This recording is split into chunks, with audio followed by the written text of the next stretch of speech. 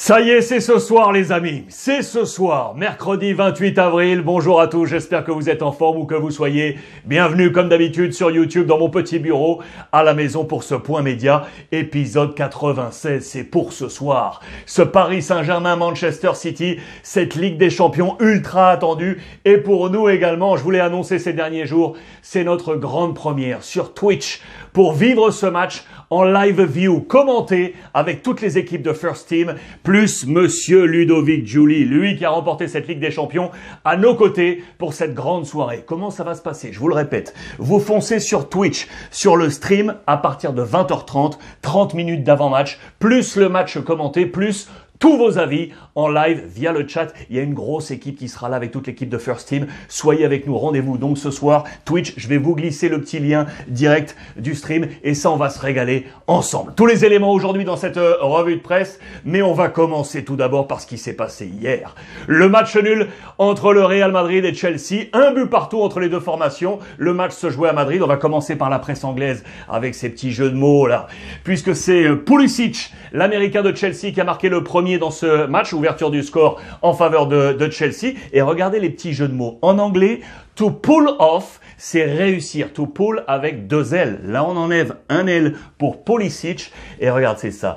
We can pull this off. On peut le faire. On peut réussir. Chelsea pense pouvoir se qualifier fort de ce match. Allez, un but partout. Regardez là aussi également. Thanks lot, merci beaucoup. Yankslot avec ce Y pour le Yankee, pour l'Américain Pulisic. Merci Monsieur Pulisic d'avoir marqué ce petit but avec, regardez, Thomas Tuchel qui est là, qui réussit fort à chaque fois qu'il joue contre Zinedine Zidane. On va y revenir. La presse espagnole. De l'autre côté, un match nul pour continuer à rêver. Un empate para seguir soñando avec Monsieur Karim Benzema. Encore, c'est toujours lui qui marque ce but de l'égalisation. Regardez, Benzema pour l'espoir. Marca et As, on va ouvrir les pages intérieures pour décortiquer un peu tout ça. L'action du but de Karim Benzema, la seule frappe cadrée du Real Madrid. Attention, il y a eu un problème de carence offensive, une seule frappe cadrée, vous le voyez ici, pour le Real. Benzema qui sauve Madrid une nouvelle fois. Ça, c'est devenu une habitude pour donc laisser le rêve se poursuivre. El sueño continua avec un super Thibaut Courtois, notamment, regardez cet arrêt ici, ça a été absolument incroyable, notamment face à Timo Werner. Chelsea a manqué de puissance offensive, ils ont des talents, mais pas le numéro 9, là, le Matador, qui aurait permis à Chelsea, très sincèrement, de s'imposer normalement hier à Madrid, notamment en première période. Militao, encore sur lui, parce que la défense centrale du Real a tenu la baraque en l'absence de Sergio Ramos. Je vous le rappelle, Militao associé à Raphaël Varane. Voilà quel était le plan de Zinedine Zidane pour ce match. Il y avait pas mal d'interrogations, je vous le rappelle. Allez regarder l'édition d'hier. Je vous parlais normalement d'une défense à 4. Non, il a choisi de nouveau sa défense à 3, ce qui lui a permis de mettre titulaire Marcelo. On pouvait attendre un 4-4-2 habituel avec Asensio sur le côté droit. Non, il a privilégié ce système. Il n'en est pas sorti d'ailleurs de tout le match, alors que Marcelo n'a pas été bon du tout dans cette rencontre. Militao, Varane, Nacho, en l'absence de Mendy également, Courtois dans les buts. Et donc Marcelo sur le flanc gauche, Carvajal sur le flanc droit. Vous voyez qu'il y a eu double changement de ses postes latéraux. Le trio au milieu de terrain, Casemiro, Modric et Kroos. Ça n'a pas été le trio habituel. Ça n'a pas été le signe d'un grand ballon d'or. Ça n'a pas été un gros Toni Kroos et Casemiro qui s'est un poil perdu, qui est monté très très haut dans ses positions de marquage, qui a laissé sa position un peu là, dans la cave, dans la salle des machines, causant un peu le trouble autour de Luka Modric, notamment qui s'est retrouvé un poil perdu face à la vitesse des Pulisic, des Mount ou encore des Timo Werner. On n'a pas vu le grand Luka Modric. Vinicius devant, remplacé à la 66e minute par Eden Hazard, qui retrouvait ses anciennes couleurs, et Karim Benzema, une nouvelle fois, qui a été changé à la 92e minute, remplacé par Rodrigo. L'orchestration de ce Real Madrid, on va y venir en détail. Karim donc à la hauteur de Raoul en Europe. 71e but pour Karim Benzema en Ligue des Champions. Il égale le grand numéro 7 du Real Madrid. 5 buts marqués pour lui en demi-finale de Ligue des Champions. Écoutez bien, il est à 28 buts, toute compétition cette saison. Il n'est qu'à 4 4 encablures de son meilleur total de toute son histoire au Real Madrid, à 4 buts seulement en une décennie, de ses meilleurs chiffres pour Karim Benzema qui est vraiment au sommet de sa forme. Voici les notes d'ailleurs. Notez bien que les notes du Real, comme je vous l'ai annoncé, ne sont pas très bonnes et notamment en première période. Karim Benzema prend tout de même un 2 sur 3 et donc 2 sur 3 également pour Militao et Varane et Thibaut Courtois. En face, côté de Chelsea, vous le voyez, les notes sont supérieures, notamment avec N'Golo Kanté qui a été monstrueux dans ce match et notamment par les espaces laissés par la montée de Casemiro dont je vous parlais, 3 sur 3 pour N'Golo Kanté. Tourelle qui continue à être un intouchable pour Zizou, que ce soit avec Dortmund, Paris ou aujourd'hui Chelsea, il n'a jamais perdu face à Zizou. Rendez-vous compte, 4 matchs nuls et une victoire pour lui en 5 matchs. 0 défaite. Attention au match retour. Et regardez, homme dans ce match, bien évidemment, ce sont ces joueurs de Chelsea qui ont été de véritables athlètes. La presse espagnole le dit. Et en symbole, c'est N'Golo Kanté, qui pour les Espagnols a été un véritable Makelele, en résonance à ce que fut le récupérateur du Real Madrid, époque galactique. Voici le schéma de Thomas Tuchel dans cette rencontre. Je vous le rappelle, il n'y avait aucun blessé, sauf Kovacic, qui est normalement sa paire de récupération attitrée avec Jorginho, ce qui a ouvert le champ de titulaire à monsieur N'Golo Kanté, qui a été tout simplement le meilleur de ce match. Mendy, Thiago Silva, Rudiger, Christensen, Jorginho donc avec Kanté, Aspi sur la droite remplacé ensuite par James, Chilwell, Mount, Pulisic et Timo Werner. Si ces hommes devant avaient trouvé plus d'efficacité, d'après moi, Chelsea devait rentrer avec les 3 points, avec la victoire dans cette rencontre. Il y a eu une grosse projection et notamment d'N'Golo Kanté qui était absolument partout, défensivement comme à son habitude, mais également offensivement pour aller chercher la box côté Real Madrid et donc logiquement MVP N'Golo Kanté pour l'UEFA avec ce joli trophée. Bravo aux Français. On en vient à notre grand match de ce soir. Allez, on en vient à ce match entre le Paris Saint-Germain et Manchester City. La une en France, rien que pour vos yeux, parce que c'est un véritable spectacle. Après avoir sorti le Barça et le Bayern Munich, Paris retrouve Manchester City pour cette demi-finale. La nuit des étoiles. Il y a du Navas, il y a du Neymar, du Mbappé, du Verratti, du Di Maria. C'est le gros Paris Saint-Germain qui se présente. Aucune blessure, je vous le rappelle. Bernat, toujours, qui est en récupération, mais tout le monde est là au complet. L'intrigue des champions, petit jeu de mots là trouvé par nos confrères de l'équipe, avec le très bon édito comme d'habitude de Vincent Duluc. L'information principale, elle est là les amis, elle est là. On se demandait si Marquinhos allait pouvoir, oui ou non, tenir sa place. Le capitaine du Paris Saint-Germain, selon les dernières indications, selon les dernières informations, réponse oui, Marquinhos pourrait être affilié en charnière centrale. Le défenseur central brésilien du PSG a une nouvelle fois effectué une séance de qualité. Hier, donc mardi, il pourrait être aligné en charnière centrale donc ce soir, aux côtés de Kimpembe, le Titi, le symbole de ce Paris Saint-Germain. Kimpembe, l'envol du vilain petit Titi. Très bon portrait à lire également avec Hugo Delhomme dans les colonnes de l'équipe. Et au passage, l'entretien avec Kingsley Coman, son pote d'enfance qui nous parle de son copain. Allez lire ça, c'est très intéressant en marge de la rencontre et avant ce grand rendez-vous. Voici le plan de bataille probable. Et là, on va être attentif parce qu'on va peut-être essayer d'aller miser un petit coup avec les copains de NetBet. On va y revenir. Alors, bougez pas. Voici ce plan probable. Avec Keylor Navas dans les buts. Donc Marquinhos serait titulaire côté Paris Saint-Germain avec Kylian Mbappé. Florenzi ici sur le côté droit. Sur le côté gauche, ce serait Diallo, Paredes, Gay, Verratti, Di Maria, Neymar et Kylian Mbappé. Le plan PSG. Le plan Manchester City de Pep Guardiola.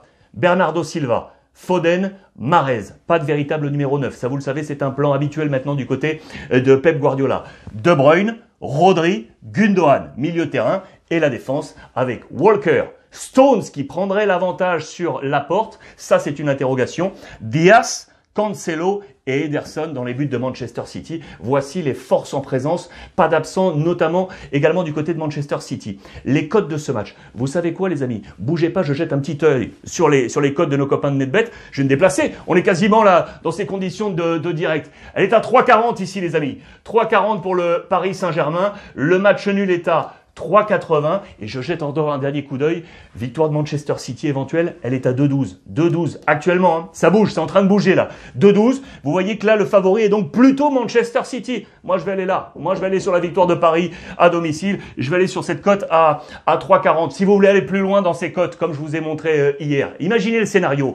Paris marque en premier et Paris s'impose, 3,20. Paris marque en premier, match nul, 7,75. Paris marque en premier, mais c'est City qui s'impose, la cote est à 11. Dans le sens inverse, imaginez que ce soit City qui marque en premier, cote à 15 avec la victoire de Paris au final. City marque en premier, mais match nul, 7,75. Victoire de City, si City ouvre la marque, c'est logiquement à 2,02. Le match nul, 0-0, sans but, 9,25. Hier, on était sur ce schéma-là, avec de bonnes cotes, puisque Chelsea a ouvert la marque et que ça a terminé en match nul. Ça peut être également intéressant, mais si moi je vais sur la victoire de Paris, je vais aller ouverture du score Paris et victoire Paris. Je vais aller sur cette cote à 3,20. N'oubliez pas les amis, si vous voulez parier pour la première fois avec les copains de NetBet, c'est possible. Et en plus, si vous le faites pour la première fois avec le code Remise Club, 160 € offerts, 150 plus 10 de free bet, au total 160 €. Première fois, attention, uniquement si c'est la première fois. Et n'oubliez pas, il faut être majeur, bien évidemment, pour jouer avec le code promo Ruiz Club. Si on parle de ce match tant attendu, eh bien regardez ce qui va se passer. Parce que là, ça m'intéresse également. Parce que du côté de la presse catalane, logiquement, on parle de ça. On nous dit que le Paris Saint-Germain serait intéressé par Lionel Messi. Une offre serait de nouveau en préparation pour faire venir Lionel Messi au Paris Saint-Germain et dans le même temps, Sport les clés de l'opération Neymar. Est-ce que c'est de la déstabilisation ça avant la demi-finale? Vous savez qu'on en a l'habitude entre notamment les deux clubs. Si on ouvre les pages intérieures, eh bien voilà ce qui se passe.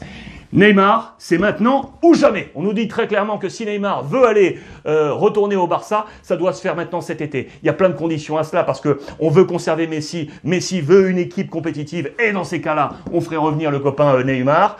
On nous dit que Laporta est un avantage parce que Laporta était président lorsque Neymar était là, donc c'est un plus pour éventuellement la venue de Neymar, et les relations entre Laporta et le Paris Saint-Germain sont meilleures que celles de son prédécesseur Bartomeu avec le club parisien. Ça, c'est une possibilité avec Neymar côté Barça. Et il y a aussi, vous le voyez, El Gran Lío du Paris Saint-Germain. Est-ce que les deux stars seraient en train de discuter? On nous annonce, puisqu'il était hier en conférence de presse Ligue des Champions Neymar, il l'a dit lui-même hier en conf, je suis heureux à Paris, tout va bien. Les papiers sont en train normalement de se monter. Oui, mais à l'heure actuelle, ce n'est rien, pas encore officiel. Il n'y a encore rien d'officiel entre Neymar et le Paris Saint-Germain. Et Kylian Mbappé, vous le savez, là aussi, ça discute. C'est l'été peut-être de tous les changements côté PSG avec Barça, avec Real Madrid. En attendant, il y a cette demi-finale à jouer de Ligue des Champions. Ça, c'était pour les dernières informations autour de ce match. On se retrouvera ce soir à partir de 20h30. N'oubliez pas, avec les compositions officielles et tous les avis de First Team, de Ludovic Giuli sur Twitch, le stream, 20h30, je vous le rappelle. Information complémentaire, le Barça. Regardez ça. Ça, c'est intéressant. C'est la suite de l'affaire Super League. Sachez que selon le quotidien Sport, nos confrères de la RAC 1, la radio catalane, auraient dévoilé qu'il y aurait eu un entretien, non pas secret, mais il y aurait eu un entretien confidentiel entre Ceferin, le président de l'UEFA, il y a quelques semaines, et Gérard Piqué, l'un des capitaines du Barça. Piqué aurait voulu savoir auprès de Ceferin comment se passe exactement la répartition des droits télé de l'UEFA aux clubs concernés notamment par la Ligue des Champions. Une discussion qui s'est passée au terme de laquelle Laporta, le président du Barça, aurait même été présent physiquement. Les trois hommes auraient conclu ensemble cette discussion. Ça, c'est intéressant également pour le rôle futur de Piqué du côté du Barça. Vous le savez, il a un rêve secret de devenir un jour président du FC Barcelone. Cette petite information est plutôt croustillante. Là aussi, information un peu plus sportive avec Pjanic qui doit travailler dur, parce que nos confrères de Sport nous révèlent qu'il avait un statut de incontournable sous le maillot de la Juve et il est devenu aujourd'hui un remplaçant à Barcelone. Son temps de jeu est en baisse totale. Il ne trouve pas cette place. On se souvient de ce troc avec Arthur, un troc qui pour l'instant d'ailleurs fait plutôt un flop des deux côtés entre Miralem Pjanic qui pour l'instant n'est pas dans les plans de Koeman et Arthur qui ne fonctionne pas dans les plans pour l'instant de Pirlo. Ça, c'est une affaire également à suivre. Ça, c'est une bonne nouvelle. Ça, c'est une bonne nouvelle. Parce que notez bien que le match entre le Barça et l'Atlético Madrid, qui sera très certainement dans les prochains jours le match charnière pour la bataille pour le titre en Espagne, eh bien, il devrait y avoir du public. Le gouvernement espagnol a donné son OK et le Conseil supérieur des sports en Espagne également. On est en train de travailler depuis plusieurs semaines du côté du Barça pour essayer de trouver une affluence à 25% du Camp Nou. On travaille et ce serait peut-être envisageable de voir du public pour ce grand match très important. On file maintenant en Italie. On file en Italie avec les gros titres. La Gazzetta dello Sport, regardez les 5 dernières journées de Pioli. Les 5 journées capitales de Pioli. Pourquoi? Parce qu'il est hors zone Ligue des Champions avec Milan et c'est l'impératif, bien évidemment, pour se qualifier pour aller l'année prochaine en Ligue des Champions avec Zlatan Ibrahimovic. Et attention parce que la bataille est dure. Regardez, c'est une chasse à l'or à 60 millions. Les bénéfices de la Ligue des Champions et ils sont nombreux dans la bataille. L'Atalanta, le Napoli, la Juve, le Milan et la Lazio. Ces 5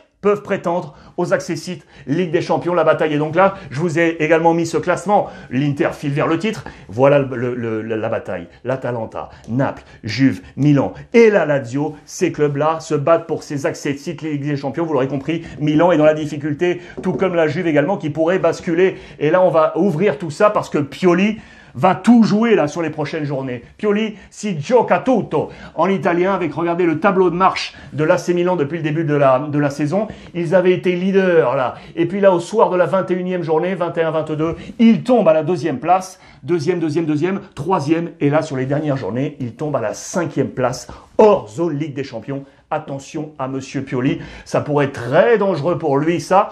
Et au cœur de Milan, il y a une petite affaire là qui n'a pas du tout plu, d'ailleurs. Milan a été battu ces derniers jours par la Lazio, 3-0, sec. Regardez au terme de la rencontre, Donnarumma qui retrouve Pepe Reina pour un échange de maillot et dans la discussion, il a affiché ce sourire. Et cette image n'a pas du tout plu aux supporters, vous pouvez l'imaginer, qui dans cette situation difficile ne peut pas admettre que l'un de ses joueurs se retrouve comme ça, tranquille, sourire aux lèvres, dans une situation critique. Il a été attaqué, d'autant qu'il est en pleine prolongation, renégociation de contrat éventuellement. Le départ est plutôt le ballottage favorable et du coup, eh ben, les supporters aimeraient peut-être le pousser dehors. Si ça se passe comme ça du côté de Donnarumma avec l'AC Milan. La Juve également en difficulté, vous l'aurez compris. Pour l'instant, place 4, toujours Ligue des Champions, mais en difficulté à la bataille. Et vous le savez, Pirlo pourrait être débarqué pour voir Allegri revenir. Si Allegri revient, c'est ce qu'on nous dit là, il fabriquerait une nouvelle Juve autour de Dybala, lui qui était sur la voie de sortie il y a encore quelques semaines, pourrait être l'homme fort du système Allegri, ce qui ferait que ballottage défavorable pour Cristiano Ronaldo qui pourrait éventuellement quitter la Juve de nouveau. C'est vraiment un feuilleton absolument incroyable.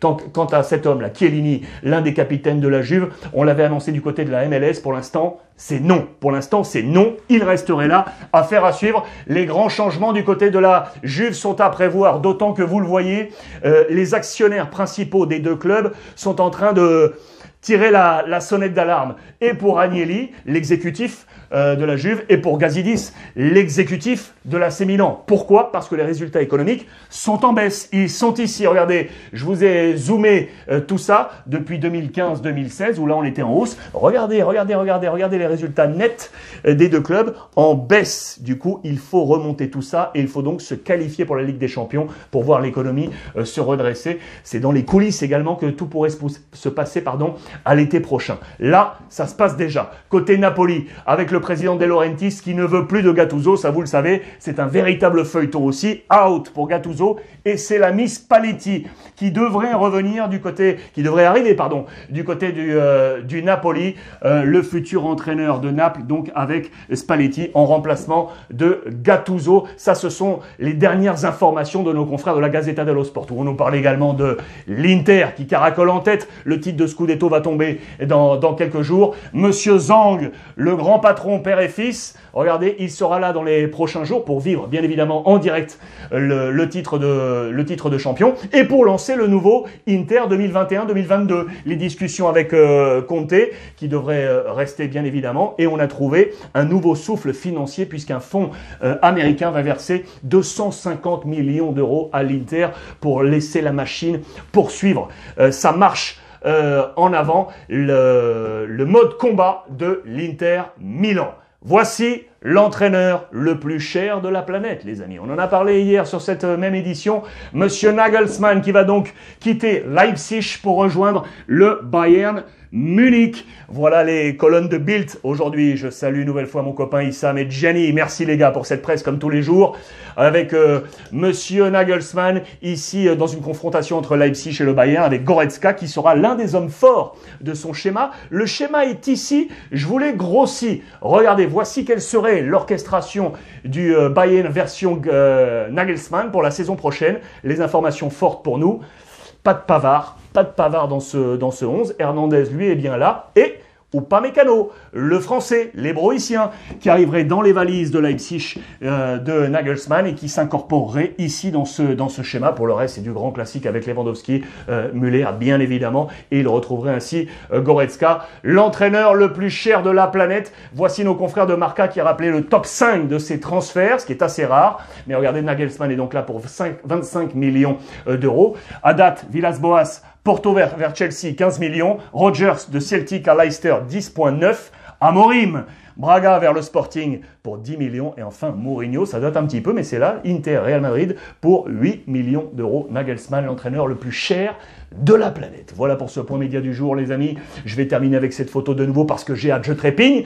Je vous dis à ce soir. À ce soir, 20h30. Sur Twitch, en direct sur le Twitch du stream, 20h30. Je vais vous laisser de nouveau ce petit lien. On va se régaler. PSG Manchester City. On va commenter tout ça en live. En attendant, on échange sur les réseaux sociaux via le hashtag RuizClub. Et on n'oublie pas, coup de cocotte, profitez des vôtres.